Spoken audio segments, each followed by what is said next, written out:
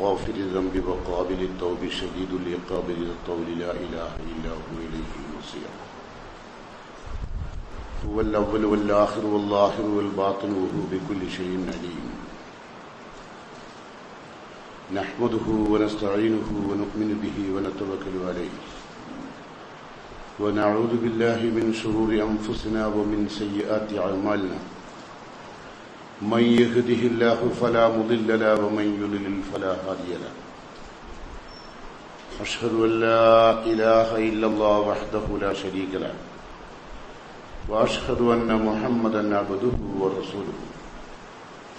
أصلي وأسلم أفضل الصلاة وأزكى السلام وأتم التسليم على أشرف المرسلين وعلى آله وأصحابه الفائزين برضا الله. اللهم صل على محمد وعلى آل محمد كما صليت على إبراهيم وعلى آل إبراهيم وبارك على محمد وعلى آل محمد كما باركت على إبراهيم وعلى آل إبراهيم إنك حميد مجيد. يا أيها الذين آمنوا اتقوا الله حق تقاته ولا تموتن إلا وأنتم مسلمون. قال الله تعالى في قرآنه المجيد: أعوذ بالله السميع العليم من الشيطان الرجيم. يا أيها الذين آمنوا اتقوا الله ولتنظر نفس ما قدمت لغد واتقوا الله إن الله خبير بما تعملون. ولا تكونوا كالذين نسوا الله فأنساهم أنفسهم أولئك هم الفاسقون. സ്നേഹം നിറഞ്ഞ വിശ്വാസികളെ അള്ളാഹുവിന്റെ തൃപ്തിയും പൊരുത്തവും അനുഗ്രഹങ്ങളും നേടിയെടുക്കാൻ സാധിക്കും വിധം ജീവിതത്തെ ശുദ്ധീകരിക്കുകയും ആ ശുദ്ധീകരിച്ച അഅ്മാലുകൾ, പ്രവർത്തനങ്ങൾ, ഇബാദാത്തുകൾ, ജീവിതത്തിൽ നിർവഹിക്കപ്പെടുന്ന എല്ലാ സൽക്കർമ്മങ്ങളും അള്ളാഹു സ്വീകരിക്കും വിധം ആക്കി തീർക്കുവാനുള്ള നിഷ്കളങ്ക ഭാവവും അതോടൊപ്പം പ്രതിഫലം ആഗ്രഹിച്ചുകൊണ്ടുള്ള ജീവിതവും ഈമാനോടുകൂടിയുള്ള ജീവിതവും നിർവഹിക്കുവാൻ പ്രത്യേകം ശ്രദ്ധിക്കണമെന്ന് എന്നോടും നിങ്ങളോടും വസിയത്ത് ചെയ്യുന്നു, ഉപദേശിക്കുന്നു. ഈ പള്ളി ഇന്ന് മുതൽ അള്ളാഹുവിന്റെ ഒരു ലൈറ്റ് ഹൗസാണ്, അൽ-മനാർ. ഈ പള്ളിയിൽ നിന്ന് വേണം അള്ളാഹുവിന്റെ മത ശറഇന്റെ നിയമങ്ങൾ ജനങ്ങളുടെ മനസ്സിലേക്ക് തൊടുത്തുവിടാൻ, അവരുടെ ജീവിതത്തിന്റെ എല്ലാ മേഖലകളെയും സ്പർശിക്കുന്ന വിധത്തിൽ അള്ളാഹുവിന്റെ നിയമങ്ങൾ പഠിപ്പിക്കുന്ന ഏറ്റവും വലിയ മനോഹരമായ ഒരവസ്ഥയാണ് ഈ പ്രദേശത്തുകാർക്ക് കൈവന്നിരിക്കുന്നത്. അത് യഥാവിധി ഉപയോഗപ്പെടുത്താൻ പ്രത്യേകം ശ്രദ്ധിക്കണമെന്ന് ഉണർത്തുകയാണ്. ഇങ്ങനൊരു പള്ളിക്ക് എല്ലാ സൗകര്യങ്ങളും ഏർപ്പെടുത്തിയ ഇന്നാട്ടിലെ ബഹുമാന്യരായ ആളുകളെ അവർക്ക് അള്ളാഹുവിന്റെ പ്രതിഫലവും അനുഗ്രഹവും നൽകുമാറാകട്ടെ. പരിശുദ്ധ റമളാനിന് തൊട്ടു മുമ്പുള്ള ആഴ്ചയിലാണ് നാം ഉള്ളത്. മാനസികമായും ശാരീരികമായും ഈ സമയത്ത് റമളാനിന്റെ പരിശുദ്ധിക്ക് വേണ്ടി തയ്യാറെടുക്കേണ്ട സമയമാണ്. നാം തയ്യാറെടുത്തിട്ടുണ്ട്. നമ്മുടെ വീടുകളും പരിസരവുമൊക്കെ അള്ളാഹുവിന്റെ റസൂലുള്ളാഹി സ്വല്ലല്ലാഹു അലൈഹി വസല്ലം പറഞ്ഞതുപോലെ വൃത്തിയാക്കിയിട്ടുണ്ട്. ത്വഹിറു അഫ്നിയത്തക്കും, നിങ്ങളുടെ മുറ്റം നിങ്ങൾ വൃത്തിയാക്കണമെന്ന പ്രവാചകന്റെ നിർദ്ദേശം. അത് നമുക്ക് ഇവിടുത്തെ കോർപ്പറേഷന്റെ നിർദ്ദേശമനുസരിച്ച് മുറ്റം വൃത്തിയാക്കിയതല്ല, കൊതുക് നിവാരണത്തിന് വേണ്ടി വൃത്തിയാക്കിയതല്ല, മറിച്ച് അത് ഇസ്ലാമിന്റെ നിയമമാണ്. അത് നാം ജീവിതത്തിൽ പകർത്തുകയാണ്. ശുദ്ധി, അന്നലാഫത്തു ശത്രുൽ ഈമാൻ, വൃത്തി ഈമാന്റെ പകുതിയാണ്. നമ്മൾ വുളൂഇന് ശേഷം അള്ളാഹുവിനോട് പ്രാർത്ഥിക്കുന്നത് അല്ലാഹുമ്മ ഇജ്അൽനി മിനത്ത് തവ്വാബീൻ വജ്അൽനി മിനൽ മുത്തത്തഹിരീൻ. അല്ലാഹുവേ, എന്നെ നീ തൗബ ചെയ്യുന്നവരുടെ കൂട്ടത്തിൽ ഉൾപ്പെടുത്തണം എന്ന് പറഞ്ഞാൽ നാം ചെയ്യുന്ന തെറ്റുകളിൽ നിന്നുള്ള ശുദ്ധീകരണമാണ് ഉദ്ദേശിക്കുന്നത്. അതോടൊപ്പം തന്നെ വജഅൽനി മിനൽ മുത്തത്തഹിരീൻ, അകവും പുറവും ശുദ്ധിയുള്ളവരുടെ കൂട്ടത്തിൽ. നമ്മൾ കഴിവിന്റെ പരമാവധി പരിശുദ്ധ റമദാനിന്റെ പുണ്യമാസത്തെ വരവേൽക്കാൻ നമ്മളുടെ മനസ്സും ശരീരവും എല്ലാ നിലക്കും എല്ലാ അർത്ഥത്തിലും ഒരുങ്ങേണ്ടതുണ്ട്. അത് അൽ ഇസ്തിഅദാദ് എന്നാണ്. റമദാൻ വീഴുമ്പോൾ അള്ളാഹു തന്നെ സ്വർഗത്തോട് പറയും, ഇസ്തഇദി, സ്വർഗമേ നീ ഒരുങ്ങി നിൽക്കുക. എന്റെ ദാസന്മാർ പണിയെടുത്ത് വരുന്നു, ക്ഷീണിച്ചു വരുന്നവരുണ്ട്, അവർക്ക് വേണ്ടി സയ്യനു, വളരെ അലങ്കാരത്തോടുകൂടി വളരെ വളരെ മനോഹരമാക്കിക്കൊണ്ട് സ്വർഗമേ നീ കാത്തിരിക്കണം എന്റെ ദാസന്മാർക്ക് വേണ്ടി എന്ന് പ്രത്യേകം അള്ളാഹു സ്വർഗത്തിന് പോലും നിർദ്ദേശം നൽകുന്ന മാസമാണ്. അപ്പം അതുകൊണ്ട് നമുക്കാദ്യം ഒരുപാട് ഒരുക്കങ്ങളുണ്ട്. ആ ഒരുക്കങ്ങൾ വീടിന്റെ അകത്തളത്തിലൊക്കെ സ്ത്രീകൾ അവർക്ക് കഴിയുന്ന പരമാവധിയിൽ നിന്നുകൊണ്ട് അവർ ശുദ്ധീകരിച്ചിട്ടുണ്ട്. ആ ശുദ്ധീകരണവും ആവശ്യം തന്നെയാണ്. പക്ഷെ അതിനേക്കാളൊക്കെ ഉപരി ശുദ്ധീകരിക്കപ്പെടേണ്ടത് നമ്മുടെ പാപങ്ങളിൽ നിന്നാണ്. മനുഷ്യന്മാർ ചെയ്യുന്ന പാപങ്ങളിൽ നിന്നാണ് ശുദ്ധീകരിക്കേണ്ടത്. പരിശുദ്ധ റമദാനിലെ വ്രതം അല്ലാഹു സ്വീകരിക്കണമെങ്കിൽ വെറുതെ പട്ടിണി കിടന്നതുകൊണ്ട് അല്ലാഹു നമ്മുടെ നോമ്പ് സ്വീകരിക്കില്ല. അതുകൊണ്ട് നമുക്ക് ആദ്യം ശുദ്ധി വരുത്തേണ്ടത് എവിടൊക്കെയാണെന്ന് പരിശോധിക്കാം. നാം ശുദ്ധി വരുത്തേണ്ടത്, ഒന്നാമത്തെ ശുദ്ധീകരണം വരുത്തേണ്ടത് ഇസ്ലാമിന്റെ അടിസ്ഥാനപരമായ ലാ ഇലാഹ ഇല്ലല്ലാഹ് എന്ന കലിമത്തു തൗഹീദിൽ എവിടെയെങ്കിലും അപാകതകൾ വന്നുപോയിട്ടുണ്ടോ എന്നാണ് ആദ്യമായി പരിശോധിക്കേണ്ടത്. അല്ലാഹു അല്ലാത്ത ഏതെങ്കിലും ശക്തിയെയോ വ്യക്തികളെയോ ആരെങ്കിലും വിളിച്ചു പ്രാർത്ഥിക്കുകയോ അവർക്ക് നേർച്ച വഴിപാടുകൾ നിർവഹിക്കുകയോ ചെയ്തു പോയിട്ടുണ്ടെങ്കിൽ, അല്ലെങ്കിൽ തന്നെ സഹായിക്കാൻ അല്ലാഹു അല്ലാത്ത മറ്റാരെങ്കിലും ഉണ്ട് എന്ന് തോന്നിപ്പോയിട്ടുണ്ടെങ്കിൽ ആ മനുഷ്യന്റെ ഒരു അഅ്മാലുകളും അല്ലാഹു സ്വീകരിക്കില്ല. വിശുദ്ധ ഖുർആനിൽ അല്ലാഹു സുബ്ഹാനഹു തആല 18ഓളം പ്രവാചകന്മാരെ പേരെടുത്തുദ്ധരിച്ചുകൊണ്ട് സൂറത്ത് ആലിമ്രാനിൽ അല്ലാഹു വിശദീകരിച്ചിട്ടുണ്ട്. ആ പ്രവാചകന്മാരെ പറ്റി അല്ലാഹു പറഞ്ഞു, അവസാനം പറഞ്ഞത് കുല്ലും മിനസ് സ്വാലിഹീൻ, ആ പ്രവാചകന്മാരെല്ലാം സൽക്കർമ്മം ചെയ്ത് ജീവിച്ചവരാണ് എന്നാണ്. ആ പ്രവാചകന്മാർ അത്രയും സൽക്കർമ്മം ചെയ്തവരാണെന്ന് പറഞ്ഞതിന് ശേഷം അല്ലാഹു പറയുന്നു, ലോകം കണ്ട ഏറ്റവും ഉന്നതരായ മനുഷ്യ മക്കൾ പ്രവാചകന്മാർ, ആ പ്രവാചകന്മാരോട് അല്ലാഹു പറയുന്നു, വലൗ അശ്റകൂ, അവരുടെ ജീവിതത്തിൽ തൗഹീദിന് വിപരീതമായ വല്ല പ്രവർത്തനവും ഉണ്ടാവുകയാണെങ്കിൽ ലഹബിത അൻഹും മാ കാനൂ യഅ്മലൂൻ, അവർ പ്രവർത്തിച്ച അവരുടെ ഇത്തികാഫ്, അവരുടെ നോമ്പ്, അവരുടെ ഹജ്ജ്, അവരുടെ ഉംറ, അവരുടെ നമസ്കാരം, അവരുടെ സാലിഹായ സൽക്കർമ്മങ്ങൾ, എന്തെല്ലാം നന്മയുറ്റ എത്ര നന്മകൾ ചെയ്താലും ലഹബിത അൻഹും മാ കാനൂ യഅ്മലൂൻ, അവർ പ്രവർത്തിച്ച മുഴുവനും നന്മകൾ നശിച്ച് ദുർബലമായി പോകുമെന്ന് അല്ലാഹു പ്രവാചകന്മാരോട് ഉണർത്തിയിരിക്കുകയാണ്. എല്ലാവരും നല്ലവരാണ്, എല്ലാവരും അല്ലാഹുവിന്റെ പ്രിയപ്പെട്ടവരാണ്.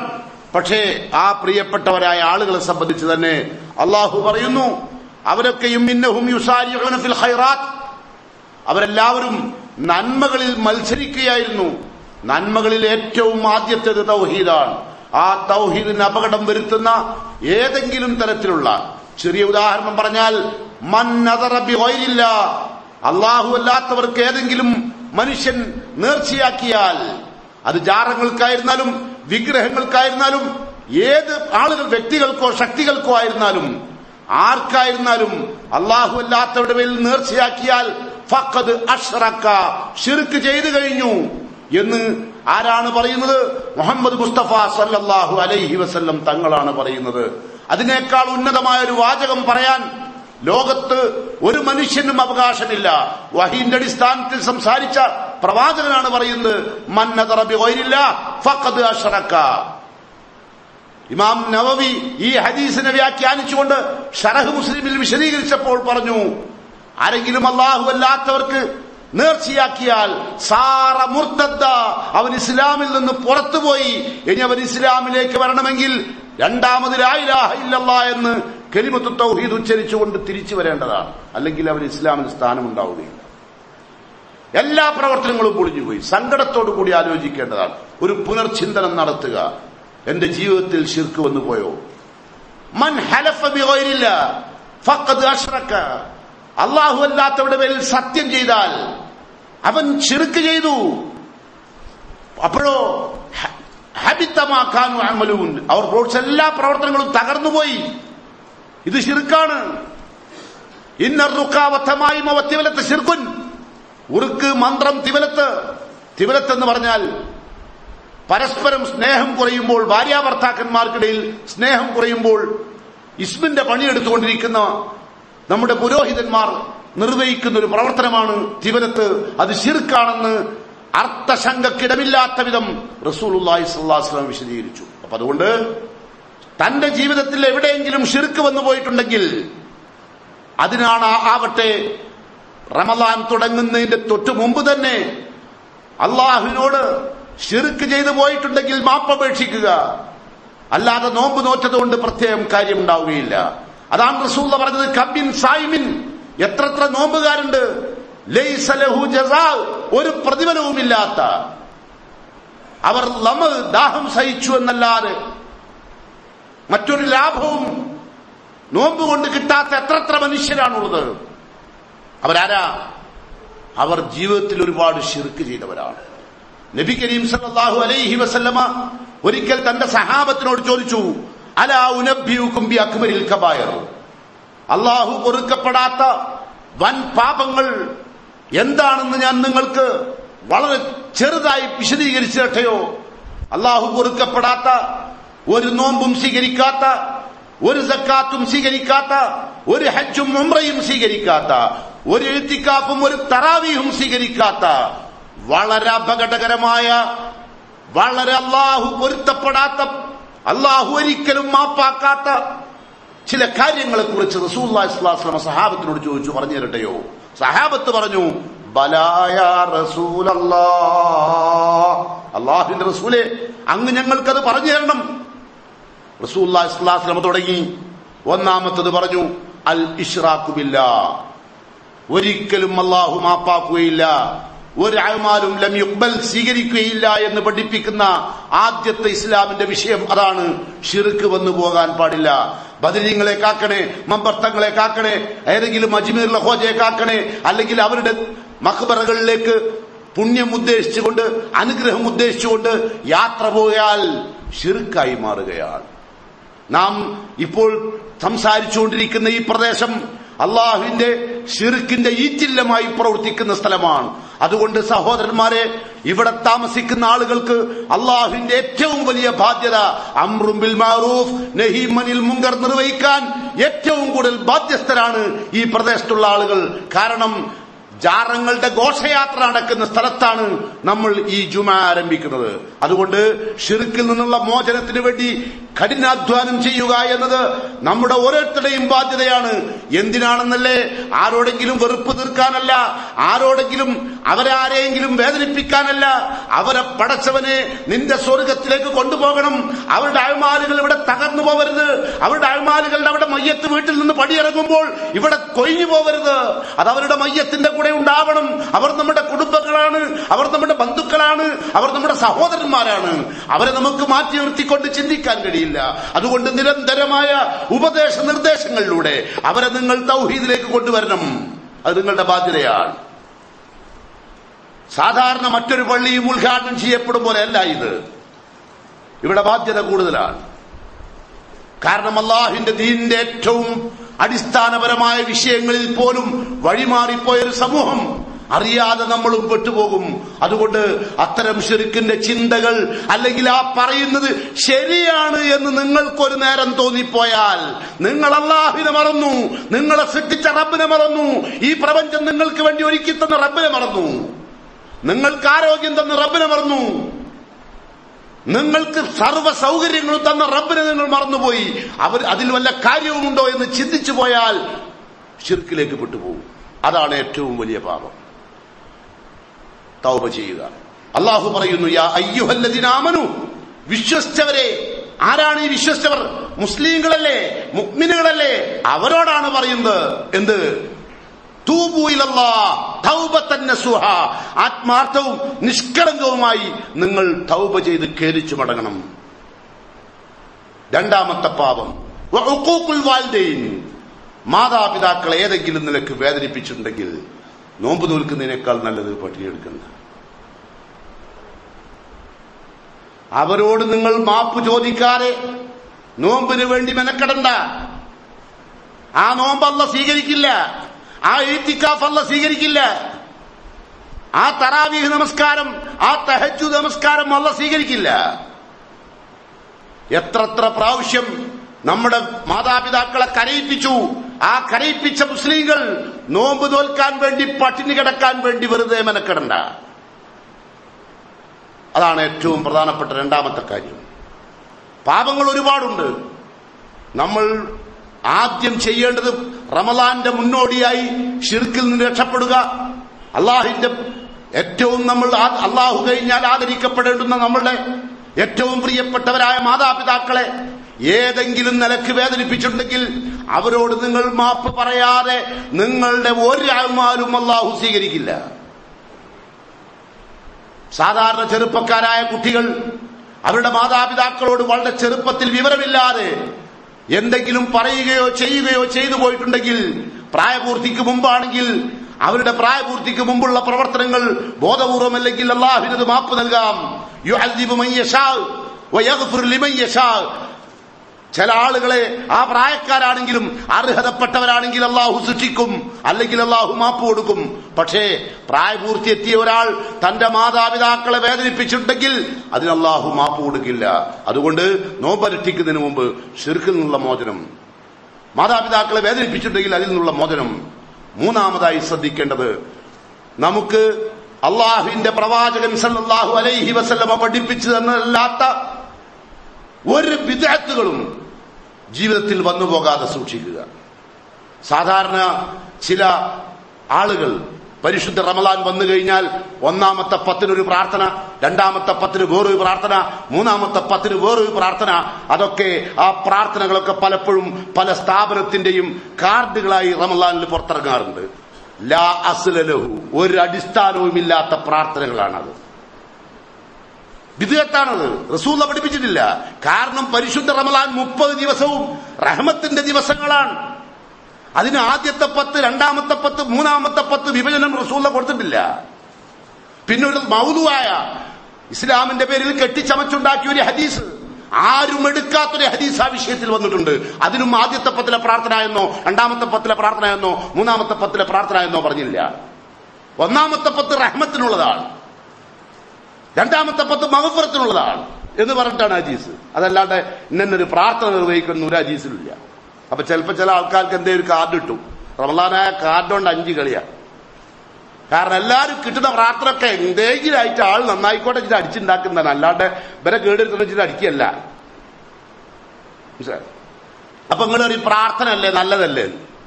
അങ്ങനെയാണെങ്കിൽ പിന്നെ റസൂലിനെ വരണ്ടല്ലോ, നല്ലതൊക്കെ നോക്കി നമ്മൾ പ്രാർത്ഥിച്ചാ പോരെ. ഇപ്പോ അടുത്ത സമയത്ത് തറാവി എത്ര റക്അത്ത് നിസ്കരിക്കേണ്ടി ചോദിച്ചു. അവ പറഞ്ഞു 23 ഒരു വിഭാഗം, ഒരു വിഭാഗം 8, 3, 11. അപ്പൊ ഒരു പുരോഹിതൻ ഈ വിഷയത്തെ ജനങ്ങളുടെ മുമ്പിൽ സമർത്ഥിക്കുന്ന രൂപം കേട്ടുള്ളൂ. നിങ്ങൾ എങ്ങനെയാ പറയുന്നത് വെച്ചാൽ, കുല്ലു ബിദ്അത്തിൻ ദലാല, റസൂൽ പഠിപ്പിക്കാത്തൊക്കെ ദുർമാർഗമാണ്. കുല്ലു ദലാലത്തിൻ ഫിന്നാർ, എല്ലാ ദുർമാർഗവും നരകത്തിലേക്കുള്ളതാണ് എന്ന് പഠിപ്പിച്ച പ്രവാചകന്റെ അനുയായി ഈ വിഷയത്തെ സമീപിക്കുന്നത് എങ്ങനെയാന്ന് ചോദിച്ചാൽ, നാളെ പരലോകത്ത് നമ്മൾ എത്തുമ്പോൾ അള്ളാഹു നമ്മളോട് ചോദിക്കുന്നു തറാവി എത്ര റക്അത്താണ്. അപ്പോ 23 നിസ്കരിച്ച ആള് പറഞ്ഞു 23. അപ്പൊ അള്ളാഹു പറഞ്ഞു 8 റക്അത്തല്ലേ അള്ളാഹുവിന്റെ പ്രവാചകൻ പഠിപ്പിച്ചത്, പിന്നെ എങ്ങനെയാ നീ 23 നിസ്കരിച്ച്? അപ്പൊ ഉടനെ ഈ നിസ്കരിച്ച ആള് നാളെ പരലോകത്ത് റബ്ബിനോട് പറയും അത്രേ, അള്ളാഹുവെ 23 നിന്ന് ഏറ്റവും നല്ല 8 നോക്കി എടുത്തോ. അങ്ങനെ ഒരു ബിദ്അത്തിനെ ലഘൂകരിച്ച രൂപേ. ഞാൻ 23 റക്അത്ത് നിസ്കരിക്കുക, എന്നിട്ട് ഇതിൽ നിന്ന് 8 എണ്ണം നല്ലത് നോക്കിയിട്ട് അള്ള എടുക്കുക. 8 നിസ്കരിച്ചോ വന്ന് പരലോകത്ത്. അപ്പൊ ഓനോട് ചോദിച്ചു എന്താ 8 നിസ്കരിച്ച് 23 അല്ലേ? അപ്പൊ ബാക്കി ഒരു കിട്ടൂല. അപ്പൊ ആര് ജയിച്ചിലായി? അങ്ങനെ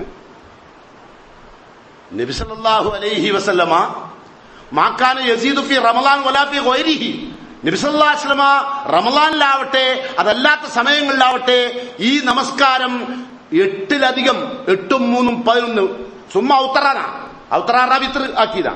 അപ്പോ 8 സമാൻ റക്അത്തിൽ 8 റക്അത്താണ് നബി നിസ്കരിച്ചത്. അത് നബിയുടെ ജീവിതമാണ്. നമ്മളുടെ ഉമ്മ ആയിഷാ ബീവിയാണ് റസൂലുള്ളാഹിന്റെ നിസ്കാരത്തെ പറ്റി പറഞ്ഞു തരുന്നത്. ഇങ്ങനെയാണ് നബി നിസ്കരിച്ചത്. അപ്പൊ നമ്മള് 23 നിസ്കരിച്ച ആള് നാളെ പരലോകത്ത് ചെന്നപ്പോ 8 പടച്ചോനെ നല്ല നോക്കി എടുത്തോന്ന് പറഞ്ഞാൽ അള്ളാഹ്ക്ക് നിങ്ങൾ എന്താ ഈ പറയുന്നത്? എത്ര അള്ളാഹുവിനെ ഇത്ര മാത്രം മോശമായി മനസ്സിലാക്കിയ ഒരു പുരോഹിതൻ വർഗത്തോട് എന്ത് പറയാം? ബാക്കിയോ 15 ബാക്കിയില്ലേ? അതൊക്കെ പടച്ചോനെ നമ്മളെ മുമ്പ് മരിച്ചു പോയ നമ്മളെ വല്യാപ്പാരൊക്കെ ഉണ്ട്, ഓലൊക്കെ നിസ്കാരത്തിലേക്കുള്ള മോശത്തിലേക്ക് അത് കൊടുത്തോളാൻ. എന്തൊരു അത്ഭുതം! അവർ പരലോകത്തെ മനസ്സിലാക്കിയ രൂപം നോക്കൂ നിങ്ങൾ. അവർ അള്ളാഹുവിനെ മനസ്സിലാക്കിയ രൂപം നോക്കൂ നിങ്ങൾ. അവർ അള്ളാഹുവിന്റെ പ്രവാചകൻ പഠിപ്പിച്ച പാഠ്യ പദ്ധതികളോടുള്ള അവരുടെ സമീപനം നിങ്ങൾ പരിശോധിച്ചു നോക്കൂ. എന്തൊരു വേദന തോന്നുന്നില്ലേ? അത് മാത്രമല്ല, ബിദ്അത്ത് ചെയ്ത ആളുകളെ നാളെ പരലോകത്ത് ഹൗദുൽ കൗസറിന്റെ അടുത്ത് നിന്ന് അള്ളാഹുവിന്റെ പ്രവാചകൻ ആട്ടി അകറ്റുന്ന ബിദ്അത്ത് ചെയ്ത ആൾക്കാർ. ബിദ്അത്ത് ചെയ്യുന്നത് സൂക്ഷിക്കണം. ഇപ്പൊ എന്തൊക്കെ നമ്മൾ പ്രത്യേകം ശ്രദ്ധിക്കേണ്ട? റമളാന്റെ മുമ്പ് ഒന്ന് തൗഹീദ് പേഴ്ചോ ഒന്ന് ശ്രദ്ധിക്കണം. ശിർക്കിലേക്ക് കൂടി പോയിട്ടുണ്ടോ ശ്രദ്ധിക്കണം. മാതാപിതാക്കളെ വേദനിപ്പിച്ചിട്ടുണ്ടോ ശ്രദ്ധിക്കണം. പിന്നെ ഭാര്യയെ വേദനിപ്പിച്ചിട്ടുണ്ടോ ശ്രദ്ധിക്കണം. ഇനി 4ാമത്തെ കാര്യം അതാ, ഭർത്താവിനെ വേദനിപ്പിച്ചിട്ടുണ്ടോ എന്ന് നോക്കണം. അങ്ങനെ നമ്മളിപ്പോ മാതാപിതാക്കളൊന്നുമില്ല, ചിലര് ഭാര്യനെ സന്തോഷിപ്പിക്കുവാൻ ഉമ്മനെ വേദനിപ്പിക്കും, ചിലര് ഉമ്മനെ സന്തോഷിപ്പിക്കുവാൻ ഭാര്യനെ വേദനിപ്പിക്കും. രണ്ടും മഹാപാതകമാണ്. നബി സല്ലല്ലാഹു അലൈഹി വസല്ലം പറഞ്ഞത്, നിന്ദ്യന്മാരായ ഭർത്താക്കന്മാർ മാത്രമേ ഭാര്യയെ വേദനിപ്പിക്കുള്ളൂ. മാന്യന്മാരായ ഭർത്താക്കന്മാർ ഭാര്യമാർക്ക് സംരക്ഷണമേകുന്നവരായിരിക്കും. എന്നാൽ ആ സംരക്ഷണം മൻ ഫല്ലല സൗജത്തുഹു അലാ ഉമ്മി, മാതാപിതാക്കളെക്കാൾ സ്ഥാനവും പരിഗണനയും സ്വന്തം ഭാര്യയ്ക്ക് ആരെങ്കിലും ഭർത്താവ് നൽകിയിട്ടുണ്ടെങ്കിൽ ഫഅലൈഹി ലഅനത്തുല്ലാഹ്, അള്ളാന്റെ ശാപം അവന്റെ മേലുണ്ട്. അതും തൗബ ചെയ്തുകൂടാണ്ട്. നോമ്പ് നോൽക്കാൻ അത്താഴത്ത് എണീക്കുന്നതിന് മുമ്പ് ചെയ്യേണ്ട പണിയാതൊക്കെ. ഇപ്പൊ ഈ ആഴ്ച ചെയ്യണതൊക്കെ കേട്ടോ. ഇനി അല്ലാണ്ട് അതൊന്നും ചെയ്യാണ്ട് കുറെ അത്താഴത്തിലുള്ള പഴവും വാങ്ങി പഴം കുഴച്ച് ചോറും തിന്ന് നേരെ ഉച്ചയാവോളം കിടന്നുറങ്ങി, ഉച്ചക്ക് പള്ളിക്കലേക്ക് പോയി നിസ്കരിച്ച് രാത്രി തറാവി നിസ്കരിച്ച് പൊരല് വന്ന് സുഖമായിട്ട് കിടന്നുറങ്ങി പിന്നെ അത്താഴം തിന്ന് നോമ്പ് വെച്ച് ഒറ്റൊന്നും പോകില്ല അങ്ങോട്ട് കേട്ടോ. ഒരു നോമ്പും പരലോകത്തേക്ക് വരൂല, റബ്ബിന്റെ കോടതിയിലേക്ക് വരൂല. അപ്പൊ അതുകൊണ്ട് ഭാര്യമാരെ വേദനിപ്പിച്ചവരുണ്ടെങ്കിൽ മാപ്പ് ചോദിക്കുക. ഇനി ഭർത്താക്കന്മാർക്ക് അള്ളാഹു കൊടുത്ത നിർദ്ദേശം എന്താ? സ്വന്തം അമ്മനേക്കാളും ബാപ്പനേക്കാളും സ്ഥാനവും പദവിയും ഒരു ഭാര്യയ്ക്കൊരു ഭർത്താവ് നൽകിയെങ്കിൽ, ഇസ്ലാമുള്ള സ്വർഗം വേണമെന്ന് ആഗ്രഹിക്കുന്ന ഒരു ഭാര്യ ഈ പള്ളിയിലുണ്ടെങ്കിൽ, ഈ ശബ്ദം കേൾക്കുന്നുണ്ടെങ്കിൽ, അവരുടെ ഭർത്താക്കന്മാരോട് പറയണം, നിങ്ങളുടെ മാതാപിതാക്കളുടെ സ്ഥാനം കഴിച്ച് 2ാം സ്ഥാനത്ത് മതി എന്നെ, എനിക്ക് നിങ്ങൾ സ്ഥാനം തരരുത്. നിങ്ങൾ നാളെ അള്ളാഹുവിന്റെ ശാപത്തിന് വിധേയനാകുന്നത് ഞാൻ ഇഷ്ടപ്പെടുന്നില്ല. പിന്നെയോ അതേ ഭാര്യ പറയേണ്ടത്, നബി സല്ലല്ലാഹു അലൈഹി വസല്ലമയുടെ കാലത്തുണ്ടായിരുന്ന സഹാബത്തിന്റെ ഭാര്യമാർ പറഞ്ഞിരുന്നത്, ഹറാമായ ഒരു മുതലും ഈ വീട്ടിലേക്ക് നിങ്ങൾ കൊണ്ടുവരരുത്. സാമ്പത്തിക പരിശുദ്ധി വരുത്തണം, ശാരീരിക പരിശുദ്ധി വരുത്തണം, മാനസിക സംശുദ്ധീകരണം വരുത്തണം, വിശ്വാസ സംശുദ്ധീകരണം വരണം, അല്ലെ, പ്രവർത്തന രംഗത്തുള്ള സംശീകരണം വരണം, അല്ലെ, സാമ്പത്തിക രംഗത്തും ഇതുപോലെ തന്നെ ശുദ്ധീകരണം വരണം. ഒരു ഹറാമായ ഒരു പൈസ പോലും ജീവിതത്തിലേക്ക് വരരുത്. അതാണ് ഭാര്യ പറയേണ്ടത് ഭർത്താവിനോട്. സാധാരണ നമ്മള് ഈമാനും ഇഖ്ലാസും അള്ളയും ഇസ്ലാമും ഒന്നും ഇല്ലാത്ത കുറെ സ്ത്രീകളുണ്ട്. അവര് ഭർത്താക്കന്മാരോട് പറയാ, നിങ്ങൾ കട്ടാലും വേണ്ടില്ല കമർന്നാലും വേണ്ടിയില്ല, എന്റെ കാര്യം കൊണ്ടുവരണം. എന്നാൽ സഹാബത്തിന്റെ ഭാര്യമാർ പറഞ്ഞത്, ഞങ്ങള് എത്ര വേണമെങ്കിലും ക്ഷമിച്ചോളാം, പട്ടിണി കിടന്നോളാം, ഇന്നാല നെച്ചോളൂ, ഞങ്ങൾ ജൂൽ സഹിച്ചോളാം, പക്ഷേ നരകം ഞങ്ങൾക്ക് സഹിക്കാൻ കഴിയില്ല. പട്ടിണി എത്ര വേണമെങ്കിലും, പൈതാഹം എത്ര വേണമെങ്കിലും കിടന്നോളാം, പക്ഷേ നരകം സഹിക്കാൻ കഴിയില്ല. കാരണം ഹറാമായൊരു മുതല് തിന്നാൽ നരകം ഉറപ്പാ. റസൂലുള്ളാഹി സ്വല്ലല്ലാഹു അലൈഹി വസല്ലമയുടെ കൂടെ നടന്ന മിദ്അം, അദ്ദേഹം നബിയുടെ കൂടെ യുദ്ധരംഗത്ത് സഹായിയാണ്. നബി എവിടേക്ക് പോവുകയാണെങ്കിൽ നബിയുടെ കൂടെ ഉണ്ടാവും. അങ്ങനെയുള്ളൊരു വ്യക്തി ഒരു യുദ്ധത്തിൽ കിട്ടിയ ഒരു മുതൽ, ഒരു പുതപ്പ് അദ്ദേഹം മോഷ്ടിച്ചെടുത്തു. യുദ്ധരംഗത്ത് നിന്ന് ശത്രുക്കൾ വിട്ടേച്ചു പോയ ഒരു മുതല് അദ്ദേഹം സൂക്ഷിച്ചു, ഒരു പുതപ്പ്. അങ്ങനെ അദ്ദേഹം അവര് യുദ്ധം കഴിഞ്ഞ് നബിയും സഹാബത്തും തിരിച്ചു മടങ്ങുമ്പോൾ ഒളിഞ്ഞു നിന്ന് എയ്ത ഒരു ശത്രുവിന്റെ അമ്പേറ്റ് മിദ്യാമിന് ശരീരത്തിന് പരിക്കേൽക്കുകയും അതിശക്തമായ രക്തം വാർന്നൊഴുകുകയും അദ്ദേഹം നിലത്ത് കിടന്ന് പെടയുകയും ചെയ്തപ്പോൾ കൂടെ ഉണ്ടായിരുന്ന സഹാബത്ത് പറഞ്ഞു, തൂബ തൂബ എന്ന് പറഞ്ഞ് അവർ കരഞ്ഞു. സ്വർഗത്തിലേക്ക് മംഗളം മംഗളം എന്ന് പറഞ്ഞ് അവർക്ക് കരയുകയല്ലാതെ മറ്റൊന്നും നിവൃത്തിയുണ്ടായിരുന്നില്ല. പക്ഷെ മുത്ത് റസൂല് ആ മനുഷ്യൻ പിടയുന്നത് നിർവികാരനായി നോക്കി നിൽക്കുകയാണ്. നബിയുടെ കൂടെ നിഴലായി നടന്ന സഹായിയാണ്. ഇസ്ലാമിന്റെ ഏറ്റവും കൂടുതൽ ഇസ്ലാമിന് വേണ്ടി സഹായം ചെയ്ത മുന്നണി പോരാളികളിൽ ഒരാളാണ്. പക്ഷേ റസൂലുള്ളാഹി സ്വല്ലല്ലാഹു അലൈഹി വസല്ലം മിണ്ടുന്നില്ല.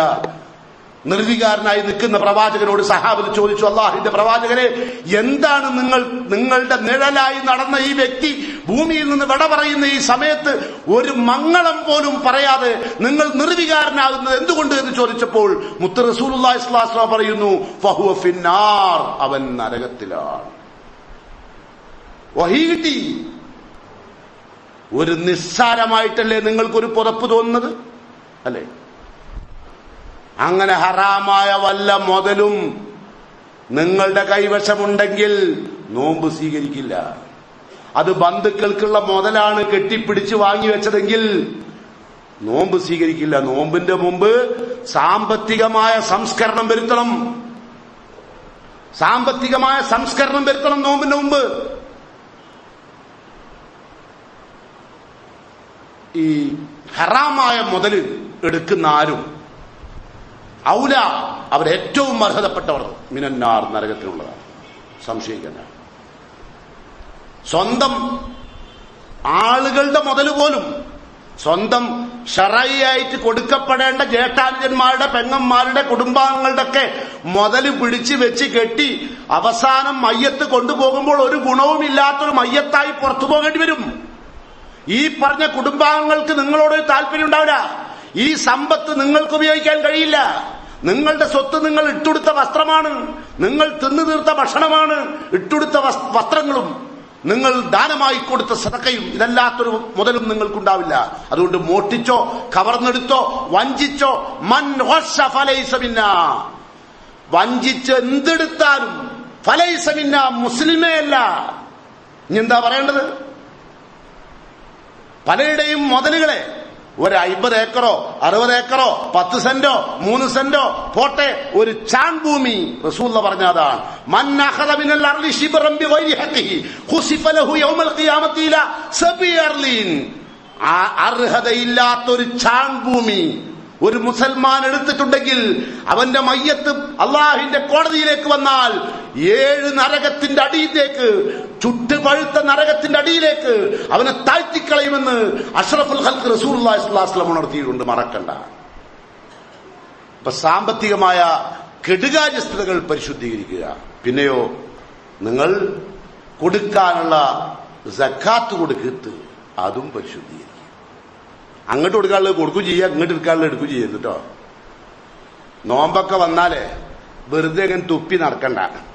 ചിലവർ നോമ്പ് പറ്റ വേറെ ആരെങ്കിലും തുപ്പിയിട്ടാ നോമ്പ് പറ്റ വേറെ അറിയണ്ട. ഇങ്ങനെയാണ് ശിർക്കിൽ നിന്ന് മോചനം, വിദേഹത്തിൽ നിന്നുള്ള മോചനം, മാതാപിതാക്കളെ ദ്രോഹിച്ചിട്ടുണ്ടെങ്കിൽ പാപമോചനം, ഭാര്യയെ ദ്രോഹിച്ചിട്ടുണ്ടെങ്കിൽ അവളോട് മാപ്പ് പറയണം, ഭർത്താവിനോട് തെറ്റിയിട്ടുണ്ടെങ്കിൽ അദ്ദേഹത്തോട് മാപ്പ് പറഞ്ഞ് കേണപേക്ഷിച്ച് അത് ഇരുകൂട്ടരും പരസ്പരം പൊരുത്തപ്പെടിക്കണം. സാമ്പത്തികമായി കണ്ണു കാണാത്ത മാതാവിനെ പോലും ബാക്കിയുള്ളവർക്ക് സ്വത്ത് കിട്ടാതിരിക്കാൻ വേണ്ടി പലതിലും ഒപ്പിടിച്ച് സ്വന്തം മുതലാക്കി മാറ്റിയ എത്ര മനുഷ്യന്മാരുണ്ട് ഇവിടെ. അവരും ഈ കൊല്ലം റമദാൻ വന്ന നോമ്പ് നോക്കില്ലേ? ആ നോമ്പ് അല്ലാഹുവിന്റെ അടുത്തേക്ക് ഉയരുകയില്ല എന്ന് മുസ്ലിങ്ങളെ, മുഅ്മിനുകളെ നാം മനസ്സിലാക്കുക, എന്നിട്ട് തിരുത്തുക.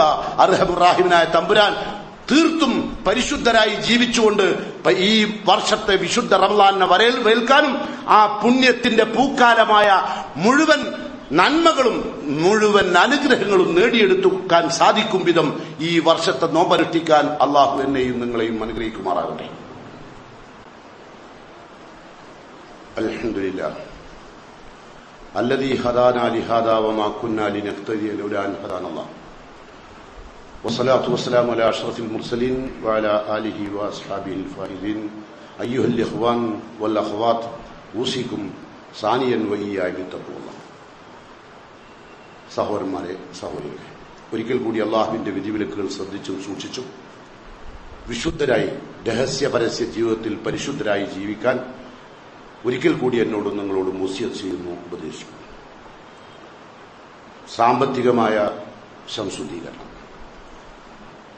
അതും നമുക്കുണ്ടാവണം. ഈ ലോകത്ത് നിന്ന് ഒരു മനുഷ്യൻ സമ്പാദിക്കേണ്ടത് എന്താണെന്ന് റസൂലുള്ളാഹി സ്വല്ലല്ലാഹു അലൈഹി വസല്ലം തങ്ങളോട് സഹാബത്ത് ചോദിച്ചു. മുതലല്ല, സ്വർണമല്ല, കൂമ്പാരങ്ങളല്ല, അതൊക്കെ മതാഉൽ ഹയാത്തി ദുനിയ, ഇഹലോകത്തിന്റെ ചില ആഡംബരങ്ങൾ മാത്രമാണ്. ഇനി നമുക്ക് ഒരു കാര്യം ഒരൊറ്റ വാക്കിൽ ഇങ്ങനെ ആലോചിക്കാം. ഹയാത്തുള്ള സമയത്ത്, അതായത് ആരോഗ്യമുള്ള സമയത്ത് ഏറ്റവും കൂടുതൽ നാം ഇഷ്ടപ്പെടുക ഭൗതിക സമ്പത്തുകളെ, അല്ലെ? ആരോഗ്യമുള്ള സമയത്ത് നമ്മൾ ഏറ്റവും ഇഷ്ടപ്പെടുന്നതിനെ സമ്പത്ത്, അതിനോടനുബന്ധമായ എല്ലാ ഉല്ലാസങ്ങളും, അതല്ലേ നമുക്ക് വേണ്ടത്.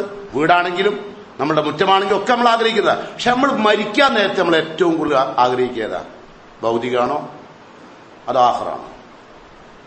അപ്പൊ ആഗ്രഹിച്ച ആഖിറം കിട്ടുമോ? മരണത്തിന്റെ അവസാന മുഹൂർത്തത്തിലേക്ക് കടക്കുന്ന സമയത്ത് പോട്ടെ, വേണ്ട, നിങ്ങൾക്കൊരു ക്യാൻസർ ആണെന്നറിഞ്ഞാൽ പിന്നെ നിങ്ങൾക്ക് ഭൗതിക സൗകര്യങ്ങളോട് വലിയ താല്പര്യം ഉണ്ടാവും. ക്യാൻസറാണ്, അല്ലെ മരണത്തിന്റെ ഡേറ്റ് ഒരു 3 മാസം കൂടി ഉണ്ടാവും. അപ്പൊ നിങ്ങളെന്ത് പറയും? നമുക്ക് ഊട്ടി പോകാറ്. ഞങ്ങളെന്ത് പറയും? ഞാൻ ഊട്ടിക്കില്ല, നിങ്ങളൊക്കെ ഊട്ടി പോയിക്കോളൂ, എന്റെ ഊട്ടിയൊക്കെ കഴിഞ്ഞില്ല, അല്ലേ? എന്താ കാരണം? എന്തേ ഊട്ടണ്ടേ? ഡേറ്റ് തീരുമാനിച്ചു, അല്ലെ?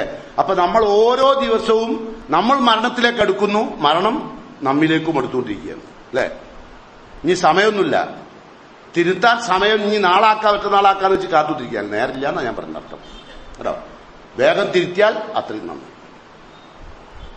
എല്ലാ കാര്യങ്ങളിലും ഒരുപാട് തിരുത്തലുകൾ ആവശ്യമുണ്ട്. ഒരൊറ്റ ഖുതുബ കൊണ്ട് ഇതെല്ലാം നിങ്ങളുടെ മുമ്പിൽ സമർപ്പിക്കാമെന്ന വ്യാമോഹമൊന്നും എനിക്കില്ല. എന്നാൽ സക്കാത്തിന്റെ മുതൽ ഒരുപാട് സമ്പത്ത് അള്ളാഹു തന്നതാ. നിങ്ങളാരും അധ്വാനിച്ചാൽ കിട്ടൂല, കേട്ടോ. ഞാനും തെറ്റിദ്ധരിക്കണ്ട.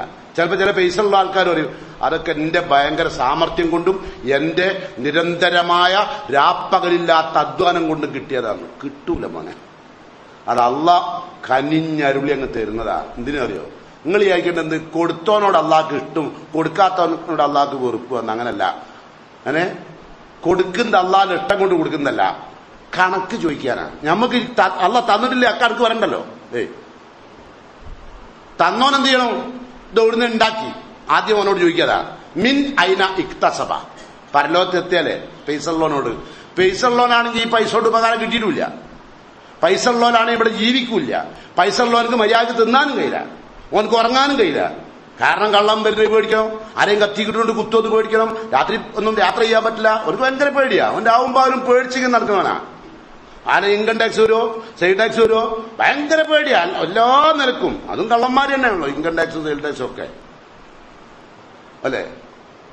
ഒരൊക്കെ വരും, ഒക്കെ പേടിക്കണം. എന്നിട്ട് അവസാനം പേടിച്ച് പേടിച്ച് പേടിച്ച് മരിച്ചപ്പോഴോ ഒരു കാര്യമായിട്ട് അവർക്ക് ഉണ്ടായില്ല പൈസ കൊണ്ട്. അപ്പൊ അള്ളാഹു പൈസ കൊടുക്കുന്നതിനാ, എന്തിനാ? വല നബിലുവന്നക്കും ബിശരി വൽ ഖൈർ. നിങ്ങൾക്ക് ഖൈറാന്ന് തോന്നുന്ന പൈസയും കൊണ്ട് പരീക്ഷിക്കും, തന്ന് പരീക്ഷിക്കും, തരാണ്ടി പരീക്ഷിക്കും. തരാണ്ടെന്നാൽ നാളെ പരലോകത്ത് അതിന് ഉത്തരം പറഞ്ഞ, കേട്ടോ.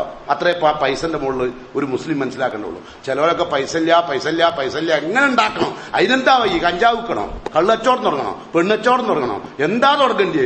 വണ്ടി കെട്ടാലോ? ചെറുപ്പക്കാർ കുട്ടികളെ കണ്ടില്ല പെട്ടെന്ന് പൈസ ഉണ്ടാക്കാൻ. പെങ്ങളെ കെട്ടിക്കണം, വണ്ടി കെട്ടാലോ? കെട്ടി. എത്രത്തിൽ നമ്മളെ ഭാഗത്തൊക്കെ പിടിക്കുന്നത് 18-20 വയസ്സായിട്ടുണ്ടാവുള്ളൂ. കണ്ടവന്റെ വണ്ടിയൊക്കെ തുറക്കാനറിയാം, പക്ഷെ നേർബുദ്ധി ഇല്ല. അള്ളാഹ് കൊടുത്തിട്ടില്ല. അത് നമ്മളെ മക്കൾ തന്നെ, പുറത്തുനിന്നുള്ളതല്ല. ഏതെങ്കിലും പേപ്പറിൽ വായിക്കുമ്പോ ഇസ്മായിൽ ഇബ്രാഹിം ഒക്കെ കേൾക്കുമ്പോ പടച്ചോനെ 2 നബിമാരെ പേരാട്ടിച്ചിന്, അല്ലേ? അത്രയും മോശമായ ഒരവസ്ഥ. പക്ഷെ സാമ്പത്തികം കൊണ്ട് നിങ്ങൾ വിചാരിക്കേണ്ട വലിയ ഗുണമാണ്. പക്ഷെ തന്നാലുണ്ടല്ലോ അതിന് സക്കാത്ത് കൊടുത്തോളണം. തന്നിട്ടില്ല അവർക്ക് സക്കാത്തിനേക്കാളും മുതൽ സമ്പാദിക്കുന്നതിനേക്കാളും ഈ ദുനിയാവിൽ നമ്മൾ സമ്പാദിക്കേണ്ട 3 കാര്യം അത് റസൂലുള്ള പറഞ്ഞത് എങ്ങനെയാണ്? 1, ലിസാനൻ ദാക്കിറാ, എപ്പോഴും അള്ളാഹുവിനെ ഓർക്കുന്ന ഒരു നാവ്, സ്മരിച്ചുകൊണ്ടിരിക്കുന്ന നാവ്. അസ്തഗ്ഫിറുല്ലാഹ് സ്മരിക്കുകയാണ്, ലാ ഹൗല വലാ ഖുവത ഇല്ലാ ബില്ലാഹ് സ്മരിക്കുകയാണ്. എപ്പോഴും വെറുതെ പറയാ. എന്താ കാരണം? ലാ ഹൗല വലാ ഖുവത ഇല്ലാ ബില്ലാഹ് എന്ന വാക്കെന്താ? ഒയ്യ കൻസും മിൻ കുനൂസിൽ ജന്ന, സ്വർഗത്തിലെ ഒരു നിധിയാണത്രേ ഇതെപ്പോഴും പറഞ്ഞുകൊണ്ടിരിക്കുന്നവർക്ക് കിട്ടുക. ഇതിനെ പറയാൻ സുബ്ഹാനല്ലാഹ് ലാ ഇലാഹ ഇല്ലല്ലാഹ് എന്ന് നമുക്ക് എപ്പോഴും പറയാ. അള്ളാഹുവിനെ സ്മരിക്കുന്ന ഒരു നാവ്, അള്ളാഹിനെ എപ്പോഴും ഓർക്കുന്ന ഒരു നാവിന് തെറ്റ് ചെയ്യാൻ പറ്റുമോ? അയ്യോ, അല്ലാണ്ട് വെറുതെ എങ്ങനെ അല്ലാ അല്ലാ എന്ന് പറയുന്നവനെ പറ്റി നബി പറഞ്ഞു. എന്താ? വെറുതെ എങ്ങനെ ആളെ പറ്റിക്കാൻ വേണ്ട അല്ലാ യാ അല്ലാ യാ അല്ലാ എന്ന് പറഞ്ഞ് നടക്കുന്ന ഒരാളുണ്ടെന്നാ അത് ലോകം അവസാനിക്കുമ്പോൾ വരുന്ന പറഞ്ഞത്. നബി ജീവിച്ചിരുന്ന കാലത്തൊന്നും ഉണ്ടായില്ല. ഓലെ പറ്റി നബി എന്താ പറഞ്ഞത്? അശ്ഗസ അഖ്ബറ, മുടിയൊക്കെ ജടകുത്തി, വസ്ത്രമൊക്കെ അഴുക്ക് പുരണ്ട്, യമുത്തു യദൈഹില സമാ, ഉപരിലോകത്തേക്ക് 2 കൈകളും നീട്ടിയിട്ട് അല്ലാ അല്ലാ എന്ന് പറയുന്ന ഒരു തരം മനുഷ്യന്മാർ സമൂഹത്തിൽ വരും. അങ്ങനെ അവർ ജീവിക്കുന്ന മശ്റബുഹു ഹറാം, അവര് കുടിക്കുന്ന പാനീയമുണ്ടല്ലോ, ഈ ദുനിയാവിൽ നിന്നുണ്ടാക്കി ഈ സാമർത്ഥ്യത്തിലൂടെ ആളുകളെ പറ്റിച്ചുണ്ടാക്കിയ വെള്ളം, അത് ഹറാമാണ്. അവരുടെ മത്അമുഹു ഹറാം, അള്ളാഹുവിന്റെ ദീനിനെ പറ്റിച്ച ആളുകളുടെ അന്ധവിശ്വാസത്തെ ഉപയോഗപ്പെടുത്തി തിന്നുന്നവൻ, അവന്റെ തീറ്റ ഹറാമാണ്. മൽബസുഹു ഹറാം, അതുവഴി അവൻ വലിയ കുപ്പായിട്ടാലും ശരി, കളർ കുപ്പായിട്ടാലും ശരി, ഏത് കുപ്പായിട്ടാലും ശരി, ആ മാർഗത്തിലൂടെ ഉണ്ടാക്കിയ അവന്റെ ഭക്ഷണം, അവന്റെ പാനീയം, അവന്റെ വസ്ത്രം ഹറാമാണ്. അത്തരം ഒരു പ്രവൃത്തി ചെയ്യാൻ ഒരു മനുഷ്യന് കഴിയണമെങ്കിൽ റസൂലുള്ള ഒരു നിലക്കും ആരെയും പഴിക്കാത്ത റസൂലുള്ള പറയുന്നു, ഊദിയ ബിൽ ഹറാം, അവനെ ഉണ്ടാക്കപ്പെട്ടിരിക്കുന്നത് തന്നെ അവന്റെ മാതാപിതാക്കളിലൂടെ, അവന്റെ ഇന്ദ്രിയം തന്നെ ഹറാമായ മാർഗമാണ്. ഇനി എന്താ പറഞ്ഞത്? അപ്പോ തിന്നുന്നതും കുടിക്കുന്നതും ഒക്കെ ആലോചിക്കുക. അതൊക്കെ നമുക്ക് ഉണ്ടാക്കാൻ ആവശ്യത്തിനുള്ളത് ഹലാലായത് തിന്ന, ഹറാമായത് വല്ലതും തിന്നുപോയിട്ടുണ്ടെങ്കിൽ ഇപ്പൊ കയ്യിലുണ്ടെങ്കിൽ തിരിച്ചു കൊടുത്തിട്ട് നോമ്പ് പറ്റുള്ളൂ. ഇനി നമുക്ക് ഉണ്ടാക്കേണ്ട ഒന്നെന്താണ്? മരിക്കേണ്ട മുമ്പ് ഉണ്ടാക്കേണ്ടത് 1 ലിസാനൻ ദാക്കിറൻ, അള്ളാഹിനെ സ്മരിക്കുന്ന ഒരു നാവ്. 2 വഖൽബൻ ഷാക്കിറൻ, അള്ളാഹ് ചെയ്തെന്ന അനുഗ്രഹത്തിന് നന്ദി കാണിക്കുന്ന ഒരു ഹൃദയം. ഇപ്പൊ നിങ്ങൾക്ക് ആരോഗ്യമില്ലേ? ഇപ്പൊ നിങ്ങൾക്ക് കണ്ണാണില്ലേ? ഇപ്പൊ നിങ്ങൾക്ക് വിഷമങ്ങളൊന്നുമില്ലല്ലോ. അത് അള്ളാഹിന്റെ അനുഗ്രഹമല്ലേ? ഏത് ചെറുപ്പക്കാരനെയും കണ്ണ് പൊട്ടനാക്കാൻ അള്ളാഹുവിന് നിമിഷം മതി പോരെ. ഏത് ചെറുപ്പക്കാരനെയും നിലത്തുനിന്ന് കണ്ടില്ല, നിങ്ങൾ വണ്ടിന്റെ മുകളിൽ തന്നെ പോകുമ്പോൾ എടുത്ത് മുകളിലേക്ക് എടുത്തിട്ട് ഒരൊറ്റ വീഴ്ച കഴുത്തിന്റെ എല്ല് പൊട്ടി. അപ്പൊ തന്നെ അവിടെ ചിലര് അള്ളാഹു ഇവിടെ ഇടും മറ്റുള്ളവർക്ക് കാണാൻ. മെഡിക്കൽ കോളേജിലൊക്കെ പോയാൽ കാണാൻ. നിങ്ങൾക്ക് ഇത്തരം ആപത്തുകളൊക്കെ ബാധിക്കാതെ നിങ്ങളെ നിർത്തിയില്ലേ? ഇപ്പൊ നിങ്ങൾക്ക് പള്ളിയിലെത്തി ഈ ക്ലാസ് കേൾക്കാൻ അനുഗ്രഹം തന്നില്ലേ? ചെവി കേൾപ്പിച്ചില്ലേ? മനസ്സ് ചിന്തിപ്പിച്ചില്ലേ? തലച്ചോറ് ഉപയോഗിച്ചില്ലേ? ഇതൊക്കെ അള്ളാഹുവിന്റെ അനുഗ്രഹമാണ്. അതിന് അള്ളാഹ്ക്ക് നന്ദി കാണിക്കുന്ന ഖൽബൻ ഷാക്കിറൻ, നന്ദി കാണിക്കുന്ന ഒരു ഹൃദയം. 2ാമത്തത് മരിക്കുന്നതിനെടുക്കാൻ ഉണ്ടായിക്കൊള്ളി. എപ്പോഴാണ് മരിക്കാൻ അറിയില്ല, എപ്പം ഉണ്ടാക്കപ്പെട്ട ടൈമില്ലേ ഉണ്ടോ? അള്ളാഹിനെ സ്മരിക്കുന്ന നാവ്. 2 ഖൽബൻ ഷാക്കിറൻ. 3 വസൗജതൻ മുഅ്മിനതൻ, ജീവിതത്തിൽ മരിക്കുന്നതിനിടക്ക് ഈമാനുള്ള, അള്ളാഹുവിൽ വിശ്വാസമുള്ള, അള്ളാഹുവിനെ ഭയപ്പെടുന്ന തഖ്വയുള്ള ഒരു ഭാര്യയെ. 3 കാര്യമാണ്. അവിടെയും നമുക്ക് പാളി. നമ്മൾ പെണ്ണെട്ടാനാവുമ്പോ പണ്ടം കിട്ടുന്ന, പൈസ കിട്ടുന്ന സ്ഥലത്തേക്ക് പായും. അല്ലാണ്ട് നമ്മക്കെന്ത് സൗജത്വം മൂമിനത്തൻ അല്ലേ? ചില ചെറുപ്പക്കാർ പറയും എന്താ അറിയോ, എനിക്ക് അതിനോടും താല്പര്യമില്ല, ഞാൻ അതിനോടും താല്പര്യമില്ല, പക്ഷെ നമ്മളെ വാപ്പയാണ്. അതൊന്നും അള്ളാഹിനോട് പറയാൻ കഴിയട്ടോ. നിങ്ങളെ വിറ്റിട്ട് സ്ത്രീധനം വാങ്ങിയിട്ട് ബാപ്പ കല്യാണം കഴിച്ചാൽ നമുക്ക് അറയില്ലേനി, പിന്നെ നമുക്ക് ഒന്നില്ലേനി, കച്ചവടം ചെയ്യാനാണ്, ഓൾക്കും എനിക്കും കൂടി ജീവിക്കാനല്ല, അതിന് ഓൾക്കും എനിക്ക് ജീവിക്കാനുള്ള ഓളെ ആപ്പല്ലായിരുണ്ടായിരുന്നു കേട്ടോ. അയച്ച് നയിച്ചുണ്ടാക്കണം. ആ നയിച്ചുണ്ടാക്കാനും പൈസയും ഓളെ പോറ്റാനും കഴിവില്ലേ നബി എന്താ പറഞ്ഞ? കല്യാണം കഴിക്കാനാ? അത് നോമ്പ് വെൽക്കാനോ? എന്തിനാ പറഞ്ഞേ? നോമ്പ് വെൽക്കാനാ പറഞ്ഞ്? പരിശുദ്ധിക്ക് വേണ്ടി നോമ്പ് വെച്ച് നടന്നോളെ, കല്യാണം കഴിക്കലല്ല. ഓളെ വാപ്പന്റെ അടുത്ത് പൈസ വാങ്ങിയിട്ട് അത് ഹറാമാണ്. ഇനിയിപ്പൊ ഇതിലപ്പം ക്ലാസ് കേൾക്കുന്ന, ഈ ഖുതുബ കേട്ടുകൊണ്ടിരിക്കുന്ന ആരെങ്കിലും ആ നിലക്ക് സ്ത്രീധനം വാങ്ങി മക്കൾക്കോ അല്ലെങ്കിൽ ആർക്കെയും വേണ്ടിയിട്ട് ചെയ്തിട്ടുണ്ടെങ്കിൽ ഓളെ വാപ്പനോട് പോയിട്ട് മാപ്പ് പറഞ്ഞിട്ടുണ്ട്. അല്ലാണ്ട് നോമ്പ് വെൽക്കാൻ നിൽക്കണ്ട.